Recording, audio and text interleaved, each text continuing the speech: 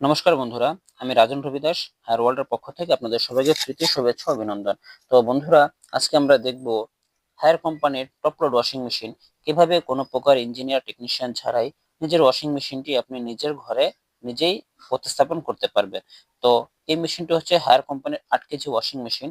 এই 8 KG washing মেশিনের সাথে কি কি রয়েছে ওয়াশিং মেশিনটি সেট আপ করার জন্য, সেটাও আমি আপনাকে দেখিয়ে দিচ্ছি। তো এর মধ্যে রয়েছে একটি ওয়াটার ইনলেট পাইপ, যেটা হচ্ছে ট্যাপ থেকে সরাসরি ওয়াশিং মেশিনের যে ইনলেট ভালভটি রয়েছে সেখানে প্রতিস্থাপন হবে। ওর ভিতর দিয়ে ওয়াশিং মেশিনে পানিটি প্রবেশ করবে এবং কাপড় এটা ওয়াশ করবে। আর এখানে রয়েছে আপনাকে দুটো ফিল্টার থাকবে, দুই পাশে দুইটা ফিল্টার থাকবে।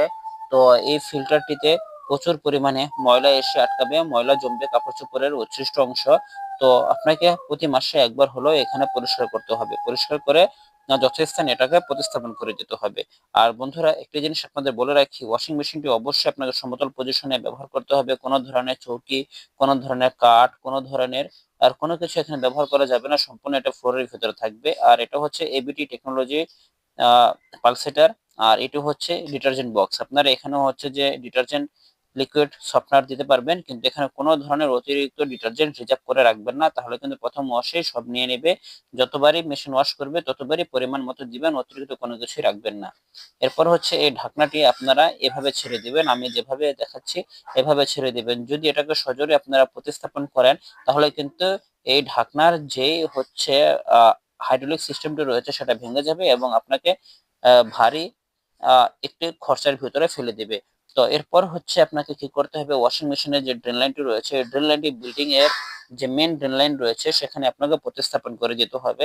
আর একটা পদ্ধতি আপনাকে বলে দিই, একটা রিকোয়েস্ট, আপনাকে ড্রেন লাইনটি অবশ্যই উঁচু স্থানে প্রতিস্থাপন করা যাবে না। এটা হচ্ছে সম্পূর্ণ ফ্লোর লেভেল আপনাকে করে রাখতে হবে। আর এখানে হচ্ছে একটি ট্যাপ আপনাকে প্রতিস্থাপন করতে হবে।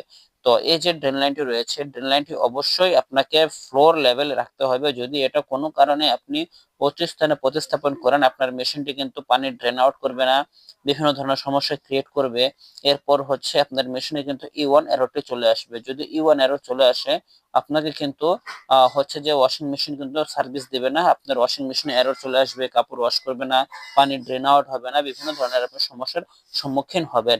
তো অবশ্যই আপনাকে কিন্তু ড্রেন লাইনটি নিচু ফ্লোর লেভেলে আপনাকে প্রতিস্থাপন করতে হবে।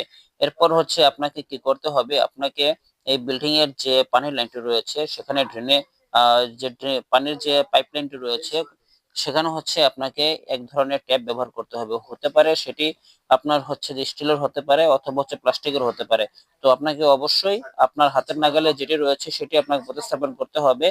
তো সবচেয়ে ভালো হয় যেটা হচ্ছে স্টপ অ্যাঙ্গেল কলগুলো রয়েছে, স্টপ অ্যাঙ্গেল যে ট্যাপ গুলো রয়েছে সেটি আপনাকে প্রতিস্থাপন করে নিলে সবচেয়ে ভালো হয়। তো আরেকটি বিষয় হচ্ছে, এই যে দেখতে পাচ্ছেন এখানে যে ইনলেট ওয়াটার পাইপের যে অ্যাডাপ্টারটি রয়েছে, অ্যাডাপ্টারের ভিতরে একটি কালো বড় ধরনের ওয়াশার থাকে। তো অবশ্যই আপনাকে সেই ওয়াশারটি রাখতে হবে। যদি আপনি কোনো কারণে এটা ভুলে ফেলে দেন, অজানা সত্ত্বেও যদি আপনি ফেলে দেন, তাহলে কিন্তু আপনি ওয়াশিং মেশিন চালাতে পারবেন না। চালানো না পারার কারণে একটি সমস্যা হবে যে আপনার এখানে পানি লিক করবে, প্রচুর পরিমাণ পানি লিকেজ হবে, ওয়াশিং মেশিনে কোনো ধরনের পানি আসবে না। তো এটাকে আপনাকে সঠিক জায়গায় এভাবে আমরা যেভাবে করে দেখাচ্ছি সেভাবে আপনাকে প্রতিস্থাপন করে এটা হচ্ছে যে আপনার বিল্ডিং এর লাইনে যে পানির লাইনটি রয়েছে সেখানে প্রতিস্থাপন করতে হবে এবং যে পাইপটি ওয়াশিং মেশিনে দেওয়া ছিল কোম্পানির মাধ্যমে, কোম্পানি দিয়েছিল, সেটাকে আপনাকে ইনলেট লাইনে এটা প্রতিস্থাপন করে দিতে হবে। তো দেখতে পাচ্ছেন এখানে পানির লাইন এবং ড্রেন লাইন এবং হচ্ছে আপনার ইনলেট পাইপ সবগুলোই এখানে প্রতিস্থাপন করা হয়েছে। প্রতিস্থাপন করার পরে হচ্ছে এখন মেশিনে পাওয়ার দেওয়া হবে, প্লাগ লাগিয়ে দেওয়া হবে। তো এখন হচ্ছে মেশিনটি স্টার্ট দিয়ে দেওয়া হয়েছে। এখানে বিভিন্ন ধরনের প্রোগ্রাম রয়েছে, এখানে হচ্ছে normal, quick, jeans, delicate, blanket, spin, air dry, এগুলো হচ্ছে আপনার অটো সিস্টেম বাই ডিফল্ট। এখানে টাইম সবকিছু দেওয়া থাকবে। আর এখানে দেখতে পাচ্ছেন ওয়াটার লেভেল, শোক, ওয়াশ, রিন্স, স্পিন, এগুলো হচ্ছে ম্যানুয়াল সিস্টেম। আপনি দুটোকেই ব্যালেন্স করে রাখতে পারবেন, আপনি দুটোকে ব্যালেন্স করে চালাতে পারবেন। তো যেগুলো হচ্ছে অটো সিস্টেম সেগুলো আপনাকে কিছুই করতে হবে না, শুধুমাত্র প্রোগ্রাম সিলেক্ট করে স্টার্ট বাটনে চাপ দিয়ে দিলেই আপনার মেশিনটি চলা শুরু করবে। আবার যদি এখানে পজ করতে চান আবার ওই বাটনে প্রেস করবেন, প্লে পজ বাটনে, সেখানে আটকে যাবে। তো বন্ধুরা দেখতে পাচ্ছেন এখানে হচ্ছে যে মেশিনটি আমরা কুইক প্রোগ্রামে চালিয়েছিলাম, এখন অবশিষ্ট 2 মিনিট বাকি রয়েছে। এই 2 মিনিট শেষ হওয়ার পরে কিন্তু মেশিনটি তার কার্যক্রম পুরোটা ফিনিশ করে দেবে। তো তার আগে আমি আপনাদের একটি সতর্ক বানিয়ে দিয়ে রাখি, এটা অনেকেই ভুল করে থাকেন, যেটা হচ্ছে ওয়াশিং মেশিনে যদি একটি বা দুটো কাপড় দিতে ভুলে যান বা মেশিন স্টার্ট করার পর আবার আপনাকে কাপড় দেওয়ার প্রয়োজন মনে হয়, তাহলে আপনারা যদি এই ঢাকনা উঠিয়ে কাপড়টি দিয়ে দেন, অবশ্যই আপনাকে স্টার্ট পজ বাটনে প্লে বাটনটি প্রেস করে আপনাকে পুনরায় মেশিনটি স্টার্ট করে দিতে হবে। যদি আপনি স্টার্ট না করেন তাহলে কিন্তু মেশিন কোনো সময় স্টার্ট হবে না। যতক্ষণ আপনি পুনরায় ওই বাটন প্রেস করছেন ততক্ষণ কিন্তু মেশিন স্টার্ট করবে না। আর যদি কোনো কারণে ইলেকট্রিসিটি বিদ্যুৎ চলে যায়, যেখান থেকে মেশিন অফ হয়েছিল সেখান থেকে মেশিন পুনরায় স্টার্ট হবে, পুনরায় চলা শুরু করবে এবং আপনার প্রক্রিয়াটি এটা ফিনিশ করে দেবে। তো বন্ধুরা, এই ভিডিওটি আপনাদের কাছে কেমন লাগলো আপনারা অবশ্যই আমাকে নিচে কমেন্ট করে জানাবেন।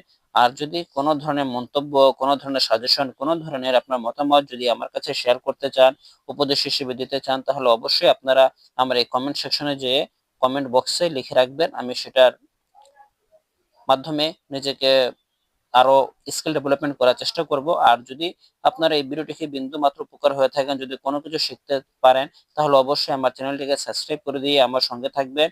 আর চ্যানেলটিকে সাবস্ক্রাইব করার পর সাথে থাকা বেল বাটনটি বাজিয়ে সেটাকে অন করে দিবেন। যখনই আমি কোনো ভিডিও আপলোড করব তখনই হচ্ছে তার নোটিফিকেশন আপনাদের কাছে পৌঁছে যাবে।